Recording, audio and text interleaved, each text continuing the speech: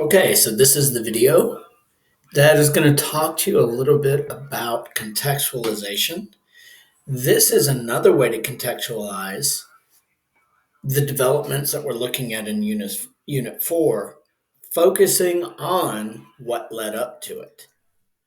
So, our overall question in this is what was the context for the development of transoceanic interconnections from 1450 to 1750, as well as what was the context for the development of maritime empires that built these transoceanic interconnections.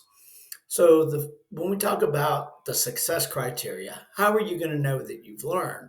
Well, number one, we need to kind of review what is context and how do I achieve the context point when I write.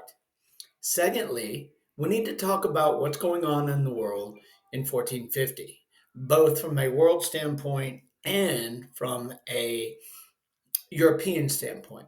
And finally, we need to connect the development of transoceanic interconnections to this overall thing. So, this lesson focuses on context. And context is the action of describing the broader regional and or global processes that define what's going on in world history during that time and explaining how the focus of your study is situated within that. So contextualization is a skill and it's required. So to be able to contextualize something such as the rise of transoceanic connections, the first thing we need to do is we need to describe the setting in the world. What's going on? How are people surviving and prospering? We also need to connect the focus or the topic of our question, in this case, transoceanic interconnections, to that setting. Now, understand something. There's two ways to contextualize. One, we could definitely contextualize talking about the overall developments between 1450 and 1750, and then connecting in what transoceanic routes fit into there. Or we can talk about what led up to this.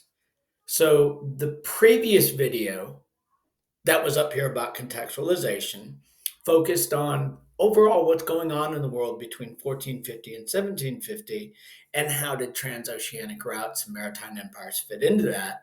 This one focuses on what led up.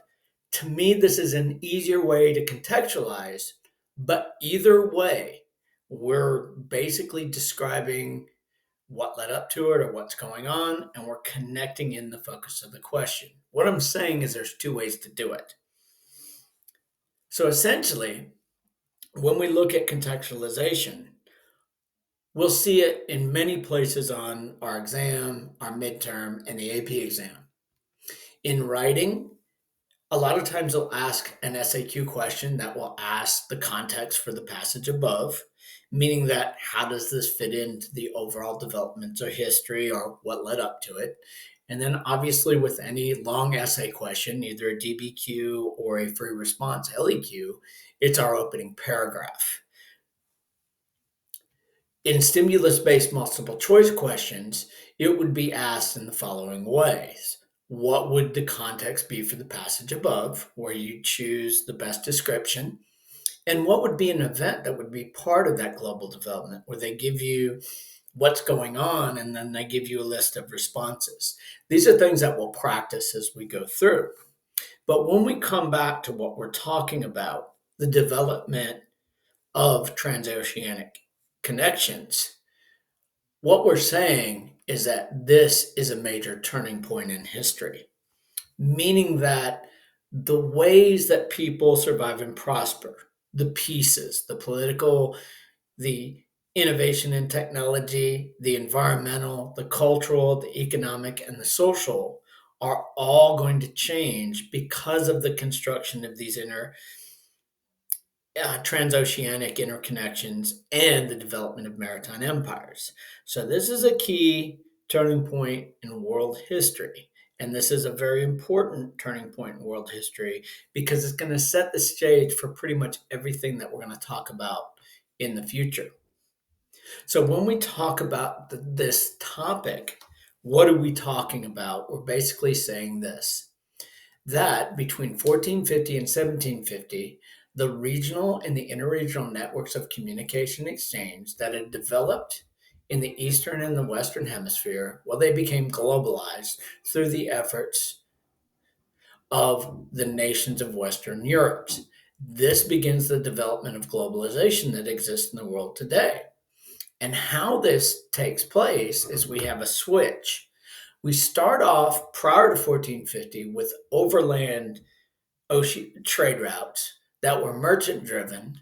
And after 1450, we see the emergence of transoceanic and state driven trade routes that these Europeans come to dominate.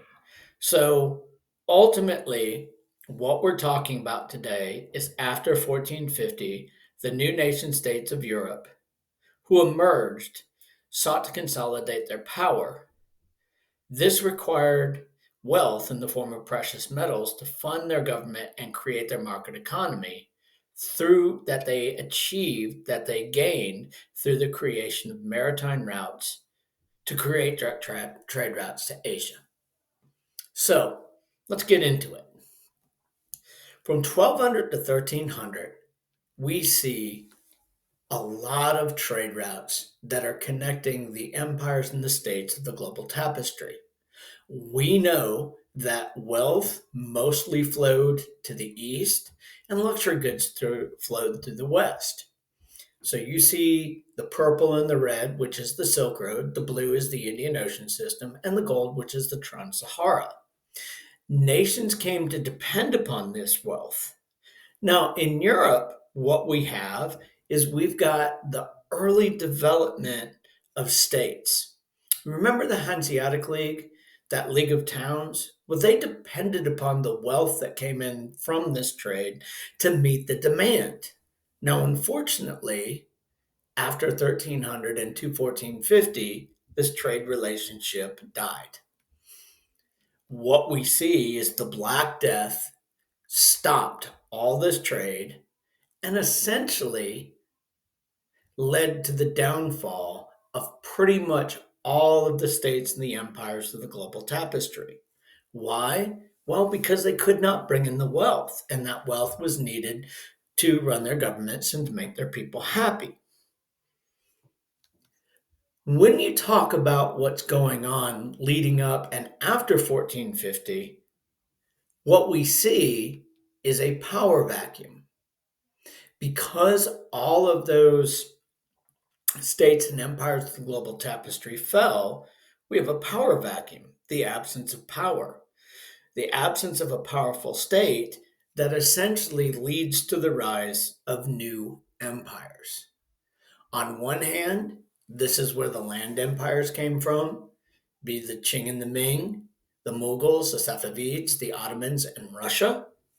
And on the other hand, this is where we're going to see the rise of European nation states that are not only going to establish these transoceanic interconnections, but then they're also going to build maritime empires.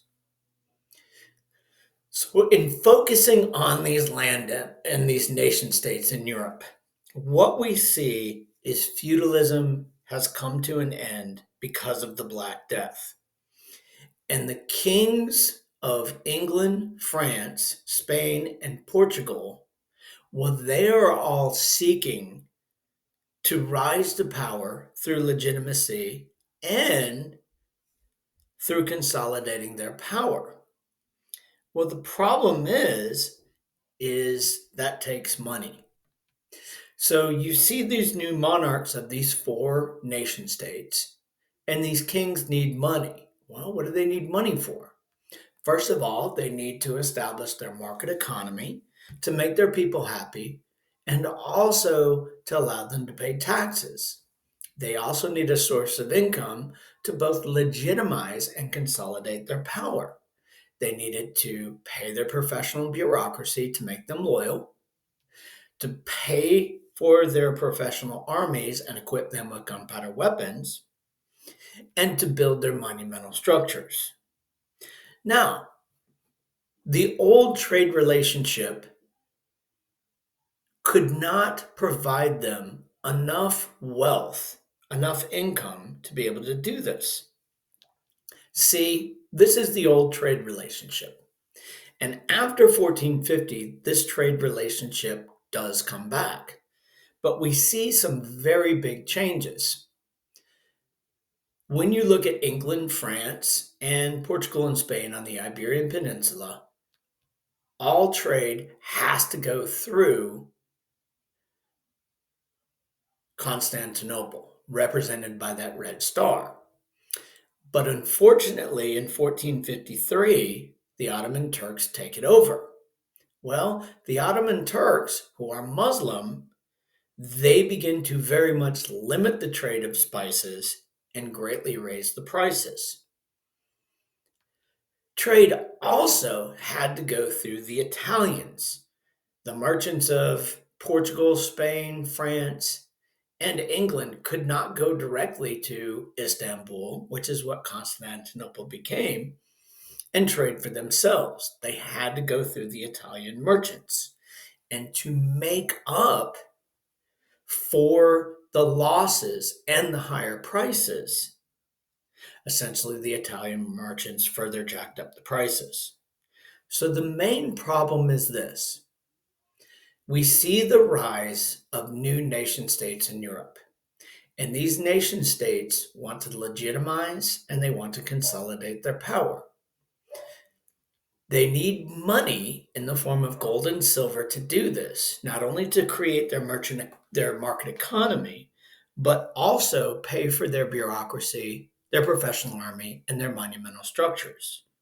But this trade relationship could not provide them the wealth that they needed.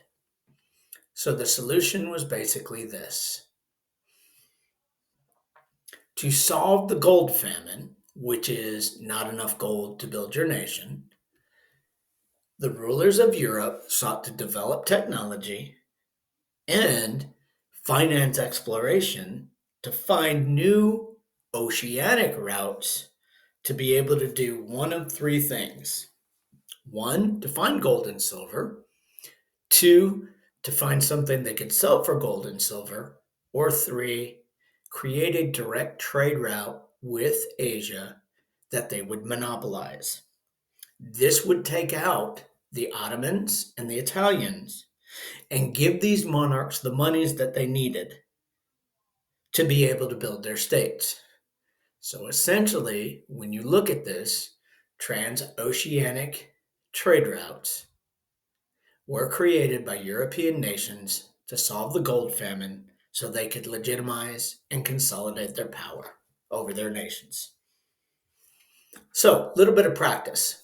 Here's your question. Explain the context for the development of transoceanic interconnections from 1450 to 1750.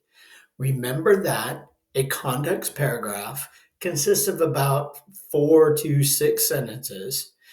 And this one, I want you to describe what led up to the creation of transoceanic interconnections. Go ahead and press pause and write out your paragraph. Okay, welcome back.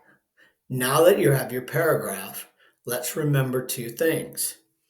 To get credit for this paragraph, you have to describe what's going on that's leading up to this and how the creation of transoceanic trade routes fits into this. So here's your example. From 1200 to 1350, new land empires and trading states were established across Afro-Eurasia that developed the means to unify, rule, and provide for their populations, to bring in wealth, to increase the loyalty of their populations, and to create a source of income to finance their state. These states expanded trade across Afro-Eurasia. Starting in 1300, the vital trade across Afro-Eurasia began to decline because of the Little Ice Age and the Black Death. Eventually, trade declined to the point where lack of wealth led to the fall of land empires and trading states. After 1450, new land empires and nation states developed across Afro-Eurasia, who pursued specific economic goals. The land empires were successful in this, but nation states were at a disadvantage because their people demanded spices, cotton, and pepper that came from the Indian Ocean system, but lacked a commodity for trade for it. Also, access to these luxury goods was controlled by the Ottoman Empire and prices were high. In seeking to solve this problem and the gold famine, the nation states of Western Europe began to sponsor transoceanic explorations to find new sources of gold. This exploration established new maritime connections across the world and changed the circulation patterns of long distance trade that included the global circulation of some commodities and the formation of new regional markets and financial centers. Okay, so this is like a golden 100 plus 20 points of extra credit. The key elements is this. You see how this contextualization paragraph, first of all, establishes what led up to this, that there were states and nations in trade prior to 1450. And then after 1450, the nation states of Europe, who were suffering from the land empires, sponsored exploration that created the transoceanic trade routes.